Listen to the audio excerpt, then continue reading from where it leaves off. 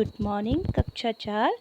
बच्चा अपनी हिंदी व्याकरण की पुस्तक निकालिए और सबसे पहले अपना सिलेबस लिख लीजिए।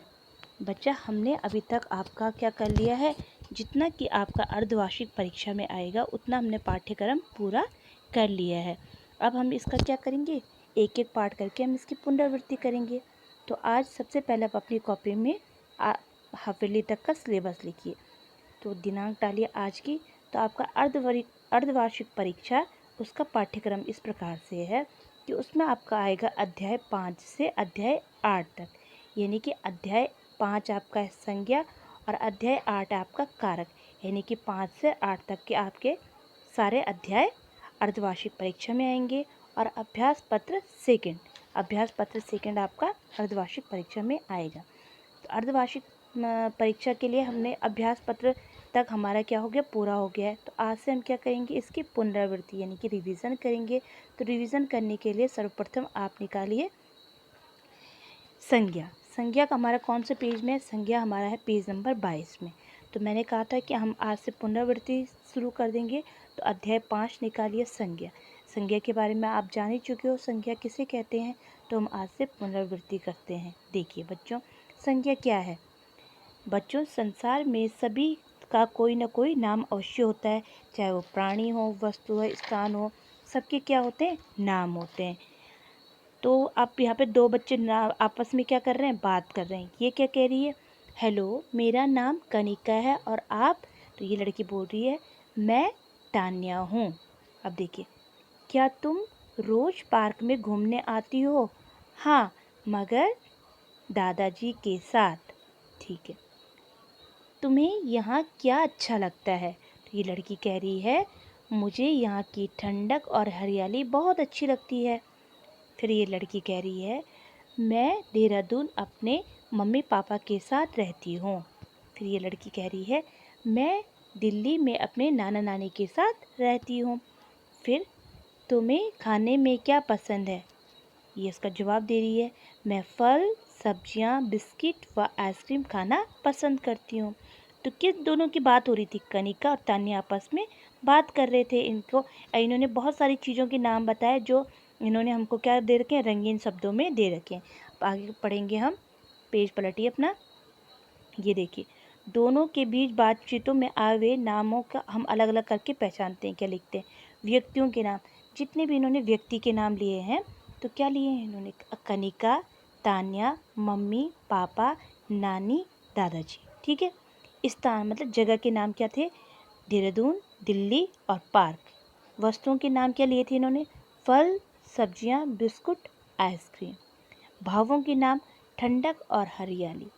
तो हम संज्ञा किसे कहते हैं, संज्ञा की परिभाषा किसी प्राणी, वस्तु, स्थान तथा भाव के नाम को संज्ञा कहते हैं। वस्तु जैसे वस्तु क्या होगी, कलम होगी, दवात होगी, पुस्तक होगी। स्थान क्या होगी, स्थान हमारा घर हो गया, लाल किला यानी कि कोई भी इमारत होगी, हमारा विद्यालय हो गया, ये हमारा स्थान हो गया। प्राणी मतलब जो प्राणी मतलब आपके जो क्या नाम लिए थे इन्होंने, व्यक्ति, जैसे विश्वनाथ आनंद, अमिताभ बच्चन, साइना नेहवाल, माता, ये हमारी क्या है, सब हमारे क्या है, प्राणी हैं। भाव सरलता, सुंदरता, वीरता, धैर्य, मिठास, हरियाली आदि, ये क्या है, भाव।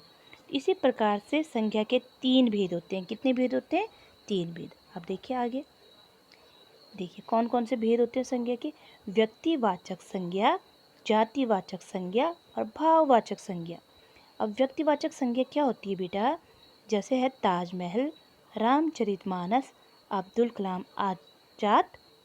ताजमहल विशेष स्थान का नाम है, इस इमारत है ना ताजमहल, तो ये क्या विशेष स्थान का नाम है। रामचरितमानस विशेष ग्रंथ का नाम है, पुस्तक है रामचरितमानस। अब्दुल कलाम आजाद विशेष व्यक्ति का नाम है। ऐसे सब संज्ञा शब्दों को व्यक्तिवाचक संज्ञा कहते हैं, जो क्या होते हैं, कोई व्यक्ति विशेष होता है, वस्तु विशेष होता है, या जगह स्थान विशेष होता है। तो क्या आएगा, जिन संज्ञा शब्दों में किसी व्यक्ति, वस्तु, स्थान का बोध हो उसे व्यक्तिवाचक संज्ञा कहते हैं। ये देखो बहुत सारे इन्होंने अन्य उदाहरण भी दे रखे। अब आता है जातिवाचक संज्ञा, जैसे किसान, धोबी, गाय, नदी। उपयुक्त चित्रों में किसान संपूर्ण किसान जाति का बोध कराता है। किसान एक ही तो नहीं होता है, पूरी उनकी जाति होती है। बहुत सारे किसान होते हैं, धोबी एक नहीं होता है, सब बहुत सारे होते हैं धोबी। गाय भी सिर्फ एक ही गाय नहीं होती है, बहुत सारी गाय होती हैं, हम सबको गाय बोलते हैं। नदी भी बहुत सारी होती हैं। तो इस प्रकार से क्या होता है, जिस संज्ञा शब्द में एक ही जाति के प्राणियों अथवा वस्तुओं का बोध हो उसे जातिवाचक संज्ञा कहते हैं। जैसे इनके उदाहरण क्या दे रखे हैं उन्होंने, लड़का, बंदर, नगर, पर्वत, मनुष्य, चिड़िया, ग्राम आदि। अब आता है बच्चा भाववाचक संज्ञा। भाव क्या होते हैं, जैसे बुढ़ापा, खटास, सुंदरता, सजावट। क्या है इसमें भाव प्रकट हो रहे हैं। बुढ़ापा यानी कि व्यक्ति विशेष अवस्था, खटास पेज पलटिए की विशेषता, सुंदरता, स्त्री तथा सजावट कमरे की विशेषता बता रहे हैं। ये सभी के भाव हैं। ये सभी शब्द ना तो व्यक्तिवाचक हैं और ना ही जातिवाचक है। इस प्रकार के संज्ञा शब्द को हम क्या कहते हैं, भाववाचक कहलाते हैं। अब इनका परिभाषा क्या है, जिन संज्ञा शब्दों से गुण, दोष, धर्म, दशा आदि भावों का बोध हो उन्हें हम भाववाचक संज्ञा कहते हैं।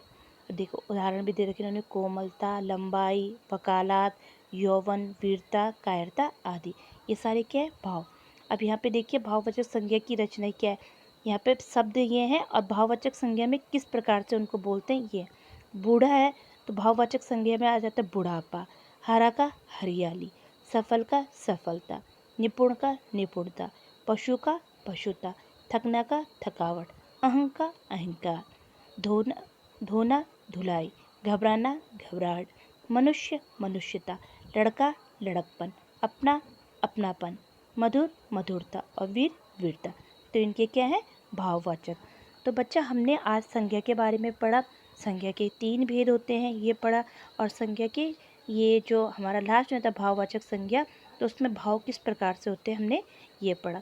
तो अब हम क्या करेंगे, कल हम इनके अभ्यास करेंगे। तो जिन बच्चों ने भी अभ्यास नहीं किया है वो इस पुनरावृत्ति के दौरान अपना पूरा अभ्यास कर ले, जो कि उनको अर्धवार्षिक परीक्षा में कोई प्रॉब्लम ना हो।